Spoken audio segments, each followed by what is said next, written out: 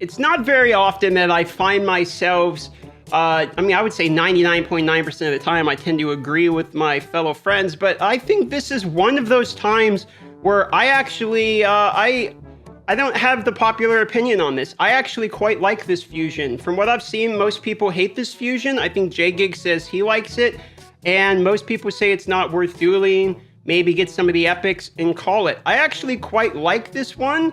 The reason being, all of the characters are the same character, meaning you can just choose one of the epics you want to get, and all of these epics have a minor use. Like this chick right here, people have been saying is trash because of the way the moves work, but it's bugged at the moment, so it's not working properly. Like if you actually read her moves, she's really good. You can get her a 100% chance of sleep debuffing everyone on only a 3-turn cooldown.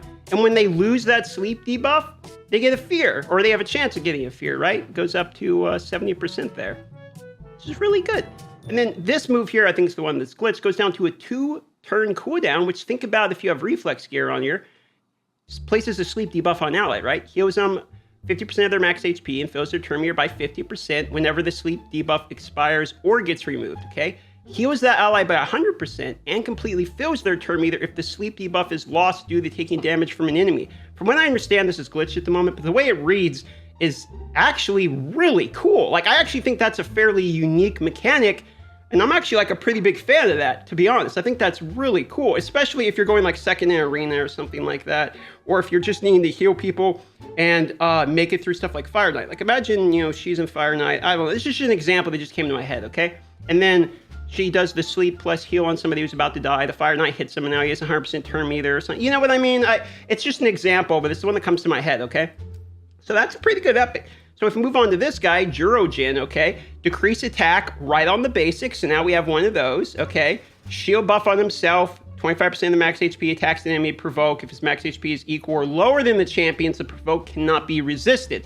Cannot be resisted or blocked is a better version of this, but just being not resistible is pretty good too. Then you have the A3, ignores 25% of their defense, but also ignores unkillable as well as block damage. So normally it's shield plus block damage. This is unkillable plus block damage, so you can guarantee the kill on somebody, essentially. I think this move would be better if they added, it goes through shields too, because the shield thing is a huge counter to this. Then you have receives 25% less damage when enemy attacks with this champion, drops to 50% or below. That's actually a fairly tanky passive, and he has ally HP in all battles. So he's not insane, but he's not complete trash. I would say he's not that exciting, would be what I would say for him. Okay, then we have the third one here, which is a Void Epic, okay? And keep in mind, this is Orcs. Look at him. So this boy has lost a few arms during some of his wars. Look at the basic attack.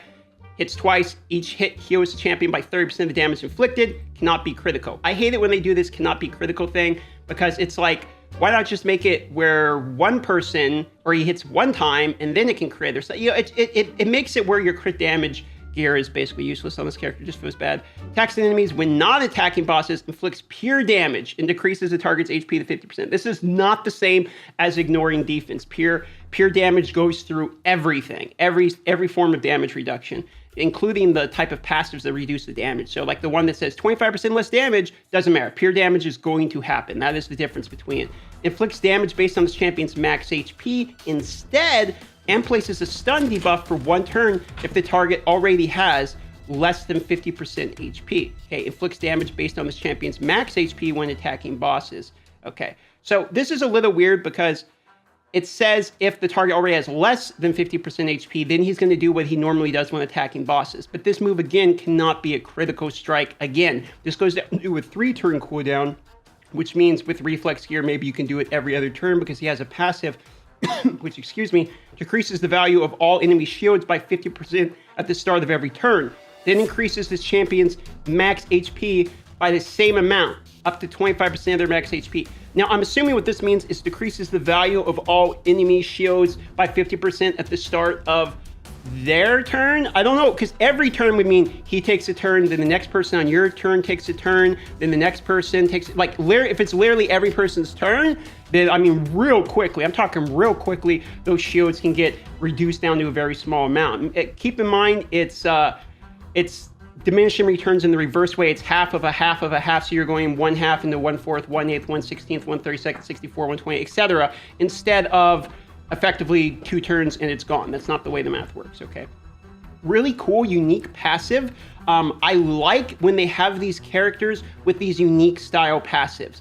I'm never going to complain about characters that are a little weird like this guy who don't have the critical and have this weird A2. I'm not going to complain about these type of characters other than admittedly, and it's true, diluting the pool of good characters like Skull Crusher. I'm not going to argue that point. Everyone's right about that point. I myself think that point as well. However, I really like these passives of these unique style passives because what they do is I feel like they allow you to have a character that at some point in the game is going to have a use for you based upon what new stuff that comes out. For instance, I don't know, when a boss comes out that, for instance, all they have is shields. Like, what if they have like a clan boss version of Magic Keep or something, you know, where we have Magic Keep that's this huge shield that regenerates? Think of it this way. This guy is going to be hilarious in Magic Keep for new players. Like, what if I need to farm a whole bunch of Magic Keep potions? All I have to do is have this guy, and that shield is basically no longer relevant, and all I really have to do is throw this guy in a little bit of HP gear. Hell, if my team's all in Relentless gear, which they are, and then they trigger those extra turns and go, the shield's going to mean nothing. So there's a few ways you can think about it other than just, you know, the most basic annoying way, which for me is very annoying, of one, does it have an attack modifier that's completely insane? Is it one of the highest attack modifiers in the game? It's not. Okay, he's trash. B, does he do only the highest form of defensive or offensive buffs? No, he doesn't. Okay, trash. I hate thinking of the game that way because the game's already fairly unfun when you make it fairly elitist and competitive, in my opinion, even more so with the clan quest system, which, trust me, we're going to do our own video to talk about because it needs to be roasted. But you make the game more unfun for yourself when you force yourself to not use characters you pull or think of them as completely useless, okay? Maybe they are useless as compared to the best characters in the game, but they're not completely useless themselves. Doesn't mean you have to go for the fusion, doesn't mean you have to waste resources getting them, but if you want to, or if you just like the unique passive, you could. So let's move on here to the next ones. And because I really hate having the same basic information of just, this guy doesn't have the highest modifier, it's not that good of a fusion, let's pass. I hate doing that because if I do that every single time with everything, I might as well just have one video that explains a basic thought process and not talk about everything. So let's keep it going. Let's talk about magnarr, which I think actually looks really cool if we can get it to actually load. Now, for the acute observer, you might notice this is actually Gerald the Stoned, or whatever they call him. I forget exactly his name. I think it's Gerald the Stone, that has gone to hell and become a demon spawn magnarr now, okay? So if you look at the basic here, decrease defense debuff for 2 turns. Fantastic on the basic. 2-turn decrease defense. Has a 100% chance instead if the target is under an HP burn debuff. So if somebody's burning them, 100% chance. That's pretty good. Pretty good for basic. Let's move on. Attacks all enemies. Places an extra hit on enemies without the HP burn. So if they don't have an HP burn, they get hit twice. 50% chance of placing a stun debuff for 1 turn on enemies under an HP burn debuff. This goes down to 3-turn cooldown. Nice move. Hits all enemies. Has a chance of placing a stun if they're under HP burn. If they're not under HP burn, instead hits twice. Really good, because what you can do is put that in a stun set as well, which means people on HP burn, they're going to be getting stunned, okay? People not on HP burn, they can still get stunned as well, or you can put them in taunt, something like that. Really good. I like that move a lot. Moving on to the A3 here. Attacks an enemy. Applies debuff spread effect, which takes 2 random debuffs from the target, places them on all enemies under the HP burn debuff, also increases the duration of HP burn debuffs on all enemies by 1 turn. Will not spread, you know, the CC ones. That is crazy. Actually increasing the duration of HP debuffs on all enemies will be nuts for people that have HP burn on AoE. For instance, I do, we'll talk about in a minute with Ultimate Gay Look, I can HP burn people, debuff spread that HP burn, and then increase the duration after that with the spread as well. That is crazy and really, really good move. That's the first duration of HP burn I have seen. You could argue, well, you could just do increased duration of all debuffs. Yes, you could. Okay, but this has the debuff spread built into it, and then if it increases the duration of HP burn, it's better than just increasing the duration of a random debuff or something like that, because we can target on the HP burn. On top of it, he's an HP based character, meaning we can build him tanky while still applying damage, and we know the majority of what we want to build him is accuracy and working really on the debuffs anyway, so that's really nice. Now we move on to the passive here. Look at this. Champion heals by 1% of their max HP every time anyone in the battle takes damage from an HP burn debuff. Anyone in the battle, okay, with no cooldown, meaning Spiderling, you got 20 minions or whatever there, it burns, hits all 20% max HP back, which is where he triggers off of having large HP anyway. This character is great. And only at level 50, he has 15,000 base health. And he has 100 speed level. He's a really good character. So for me, if I was looking at this fusion and I didn't want to do it all the way, I would 100% be getting me a magnarr. If I'm not getting a magnarr, I am 100% getting a conellia. If I'm not getting this character, I'm 100% getting Toph. And if I'm not getting Toph, then I guess I'm getting what's left over. But if I get all of these, I'm sure as going to be getting Mother Cybele, because look at this. This is where I think everyone is misunderstanding her kit.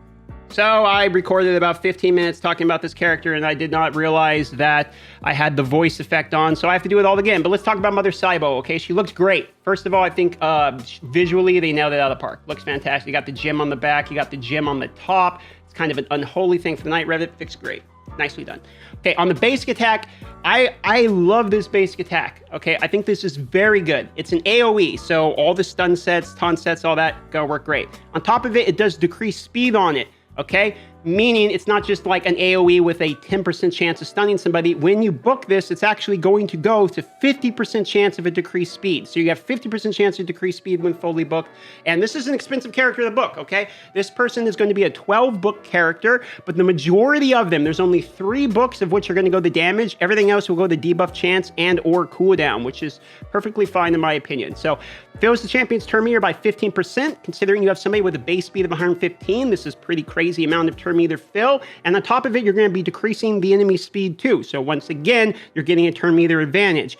It's an AoE, turn meter fill by 15%, decrease speed. All of that's good. I don't understand why this would be a bad move. Okay, I really don't understand why this would be a bad move, especially considering the 15% champion's turn meter is something that's fairly rare, even on basic attacks, just filling 15%, and most of the time it's on somebody who is a combo damage dealer who does like single target damage, not on somebody who's built as a support anyway. So filling turn meter on a support character is even better, especially when we combo the best aura speed in the game of increased ally speed in all battles by 24%, basically. Okay, so that's my first point. Now moving on to the A2.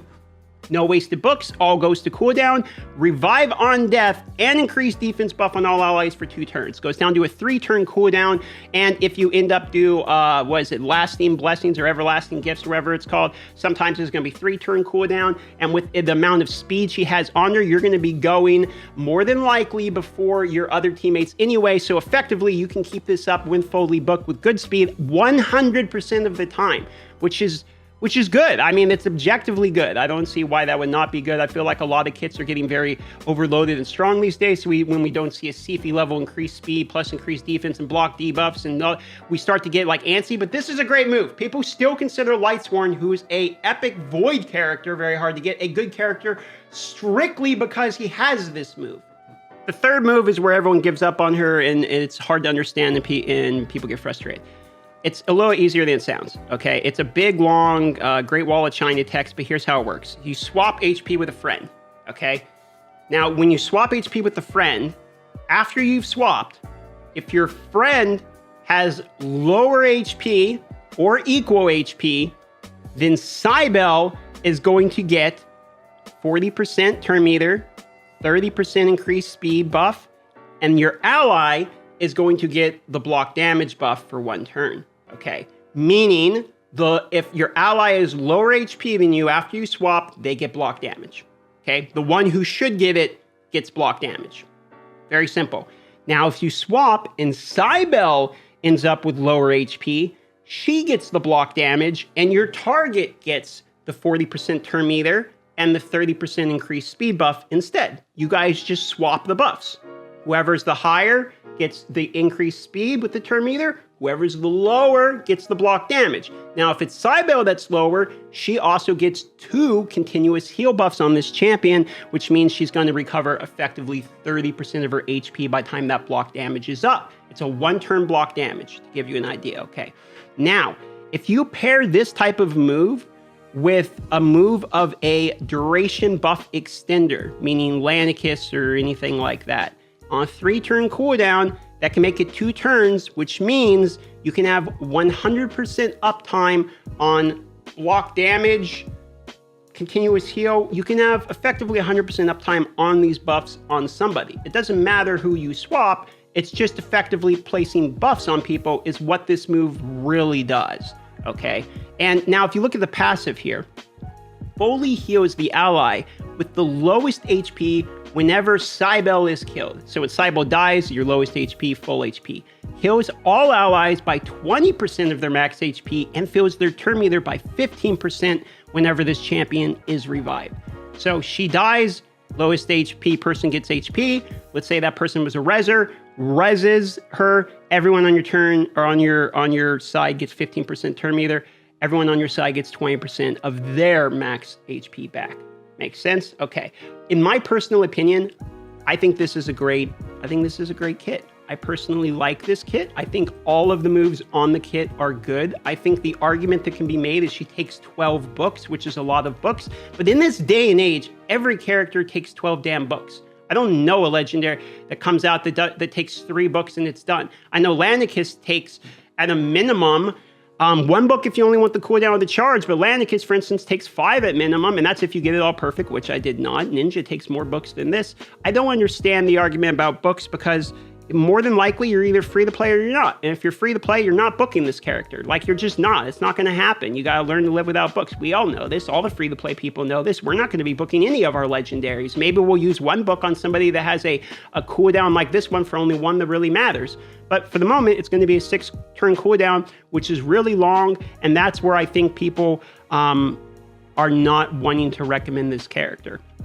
I can understand that. It makes sense. The cooldowns are in fact long. They're both 6-turn, so they recover at the same time, which makes one almost like a 7-turn cooldown, if that makes sense, which is a little bit of a bummer. I can understand that argument. However, I don't see it. I mean, the epics are really good. The legendary seems to be of good quality to me. It's somebody I wish I had on my account, and if I could get with all of my resources that I've saved on my free to play, a little bit I have, I would definitely do it. I think the character's good, and I'm 100% for sure going for magnarr, considering we just had a ninja come out, which is HP burn character. I think the fact that magnarr's on this fusion is the real secret of the fusion. Like, you should get magnarr. You should do this fusion for magnarr. Like, that's the way I see it, especially if you're free to play. Otherwise, you do it on Conellia, and then you're gambling that they fix her, that the debuffs thing ends up working the way it reads as, because from what I understand, she's glitched.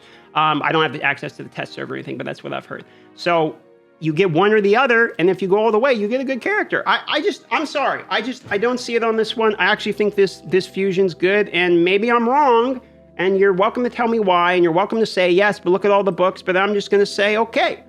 But you know what? I'd rather have cooldown, cooldown, cooldown than damage, damage, damage, percentage, cooldown, cooldown. Because that's what it sure seems to be like with a lot of these other characters, to be honest. They start a 5-turn cooldown, they waste 3 of your books, and then you get 2 cooldowns or something. I'm much happier with just cooldown, cooldown, cooldown. If there's no RNG, you just get it. You know what I mean? You know how much it's going to cost. You know, maybe you're going to get fucked at the most out of 3 books. Okay, on the basic, and then everything's gravy from there. So personally, don't mind this character. If you want to go for her, I say go for her. If you're not going to go for her and you're free to play and you got Ninja, just get magnarr, do yourself a favor. Let me know if that helped at all. That's just one man's opinion. Would love to hear your opinion on it. And I don't know, white mocha today. I don't drink coffee, but I don't know, I want some energy, so. It's okay.